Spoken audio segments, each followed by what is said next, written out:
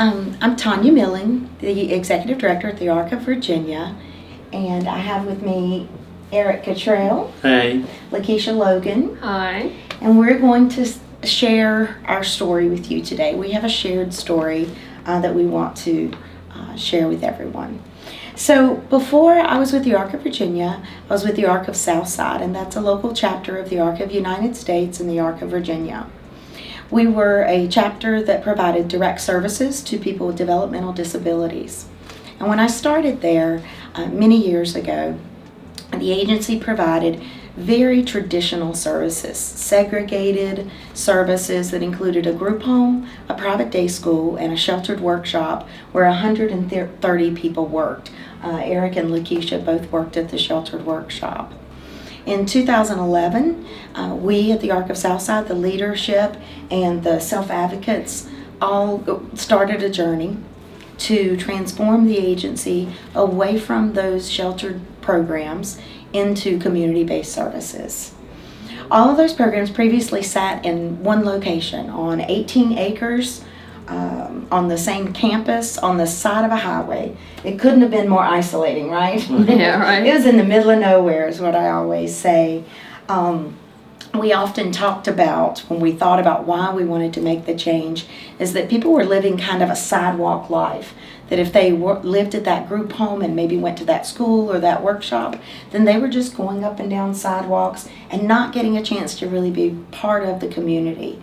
And that's what we wanted to change, right? Right. So that's what we started in 2011, and it was very exciting. And as we look back and reflect on that change, a few core themes come to the top, and one was families and really engaging with families, right? So as we started the process, talking to each person about what they wanted for their life, we also wanted to engage with families, make them part of the process, answer the fears right up front. So Lekisha, how did your mom first react when you talked about leaving the workshop?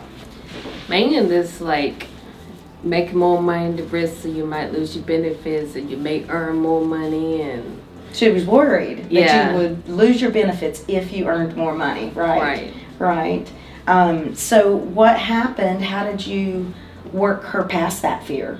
I think David Gusser talked to her and get past that fear and to just out the workshop and just kind of go by, learn her more about the process. Okay, so she had to learn more, right? Yeah. And we all had to learn more. So we had to educate ourselves about the Social Security benefits and the ways that you could work, earn more money, and keep your benefits. So you're working today. Do you still receive your benefit check? Yes, ma'am. Yes, okay, wonderful.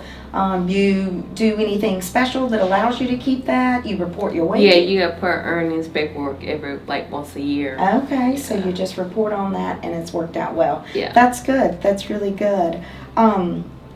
So we wanted to make sure that we worked with families, and it really was about helping people through those fears.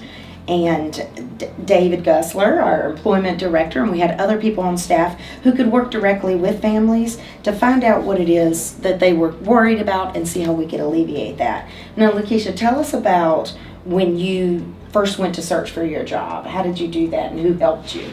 I think Tara helped me. Okay, but that was your job coach? Yeah, Okay. she was very wonderful. She at first I was kind of hesitating about it. Were you? Yeah, she kind of guided me through. She was on me about a couple of days. She said, well, you go ahead. I don't need me anymore. So she just went on, left me by myself. You just needed confidence. Yeah. And you gained that confidence. So, but did she help you with things like your resume, and once you got the job, she stayed a little bit in the beginning? Yeah. Okay, good. And where do you work?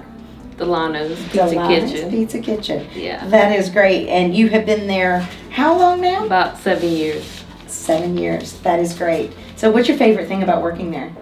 To meet new people, see new faces, make new friends, and ask people how the day going and things like that. Do you have some regulars? Some Yeah, customers? we got a lot of regulars. I've been to Dell'Anno's, and it's really good, so I imagine you do.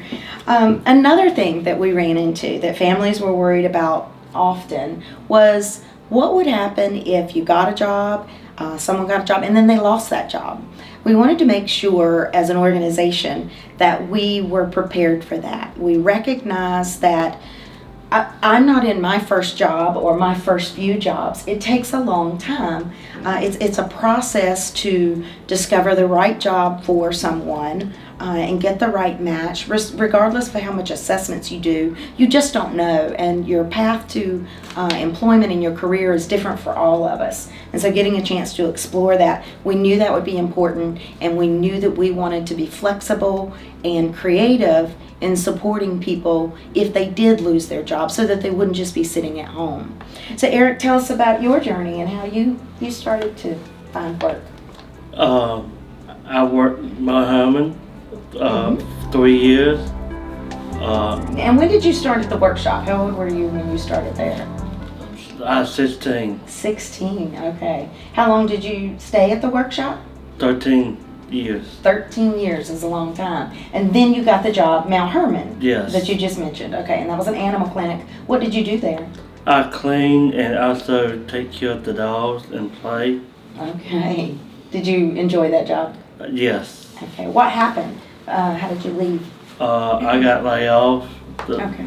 because money issues. Their money. Okay. So as an organization, they ran into some troubles, and after you worked there for 3 years, through no fault of your own, you were laid off, as other employees were, as part of a reduction in force. So that's the kind of things that we wanted to make sure as an organization we were able to jump in and creatively help you figure out what you would do. So what did you do during that interim time? I came, I staffed the Art to Southside. Okay. I worked with Ben from high school. Very good. Right. So you didn't want to go back into production at the workshop. No. Once you've worked and had a job, you certainly don't want to do that. But there was a position open as a direct support professional to support a high school student. Yes. Named Ben. Okay, so really you got to use your experience as a high school student in Hatcher to now, in Hatcher was the name of the sheltered workshop, to now you were a staff one-on-one support for another young student. Yes. Well, that's great. Did you work with the other students as well? Taking the kids to the bus, make sure they're safe. How was that? Tough. That's tough. Working with a bunch of high school kids, Yes. that can be tough. I think all the teachers out there would agree with you. So that's great. So you were hired into a staff position. I'll mention and note that Eric did the same paperwork and documentation that all of our staff do, and was certainly paid the same wages that all of our staff receive as a starting direct support professional. And that was a place that we could keep him engaged in work. We were benefiting because he was filling an important position for us while he looked for his next job. What was your next job? Wendy's.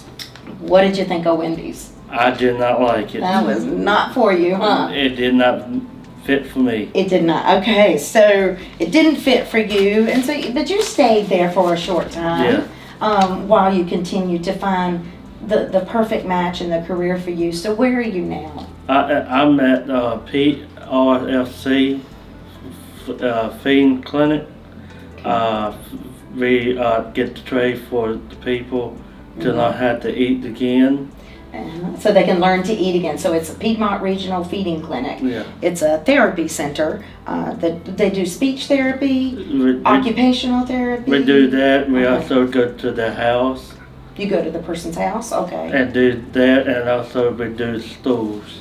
Okay, going into the schools to help, so students can receive their therapy there. Yeah. Okay, and you help to set up the rooms and the trays and that sort of thing Yes. for these sessions. Well, that's great. That's great. I'm glad you love your job.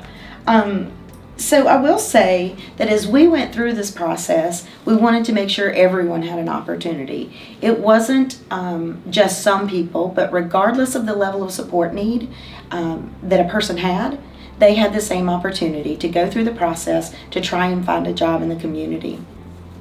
It was important to include everyone, because everyone should get that chance. Now, ultimately, not everyone chose to go to work. A very small number of people, because of their age or their health or a variety of reasons, decided that they didn't want to work. They didn't want to leave the workshop and go into a job. But it was a very small number. Many of them, because of their age, wanted to retire, like I think we're all looking forward to one day. Mm-hmm. Right, okay. So How has your life changed, Lekisha, since you got your job in the community?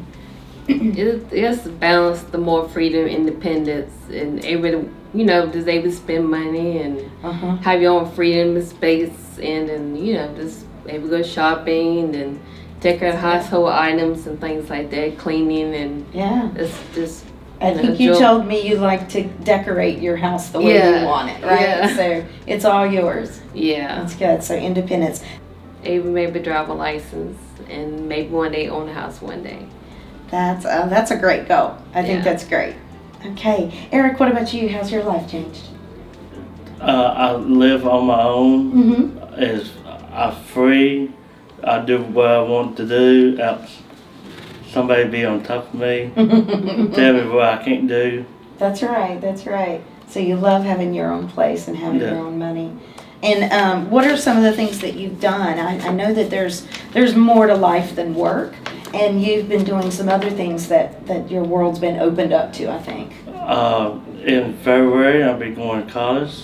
Okay. 2020. 2020, going to college. Good. Averett. And what are you studying towards? Be a preacher. To be a preacher. Some of the religion courses. That's great. Were you involved with Project Literacy? Yeah, it helped me to read. Okay. I read a little bit better. Good. That's great. What are some other goals you have in the future? Did you mention the first aid CPR for the life-saving? To become the Danville Lifesaving Crew.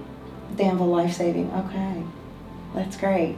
And I know now in a more immediate goal is to get full-time hours. I get full-time benefits and get paid go on vacation. Oh, you want to go on vacation. Oh, that's great. Yeah. You're very close to that full-time, so that's good.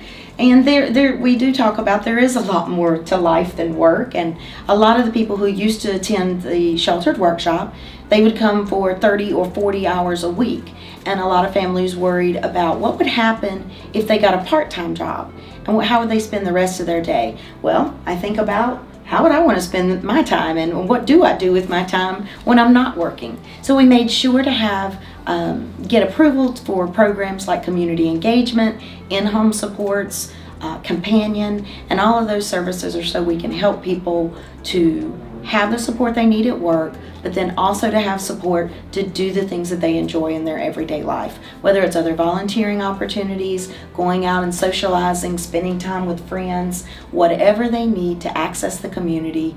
We wanted to build an array of services that help them to do that. And that's what we did. Thank you.